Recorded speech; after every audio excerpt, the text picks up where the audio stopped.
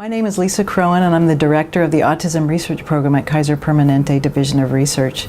We have a lot of exciting new research going on, which I'd like to share with you during this Autism Awareness Month in 2014.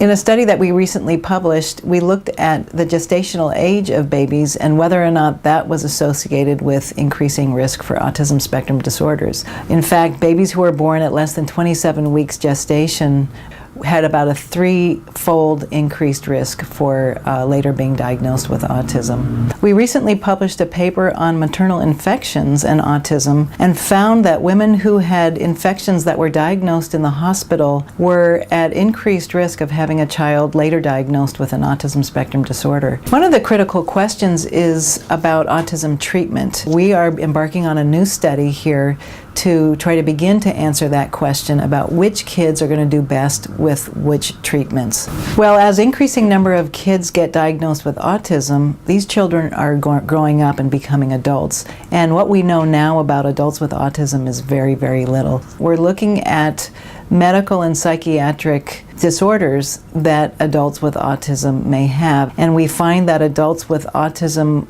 have much higher rates of nearly every major chronic medical condition. And it indicates that we have to do a better job of providing health care for adults with autism. Just last week, the Centers for Disease Control and Prevention came out with new prevalence figures for autism spectrum disorders in this country.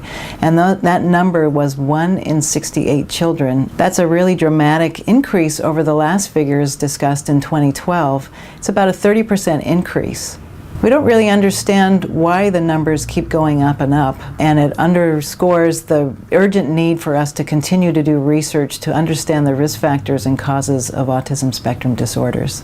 There's a new website called Interacting with Autism that's a library of videos that are intended to help people understand about autism, about living with autism, about treatments that might be available for autism, and also about some of the basic science that we understand now about autism.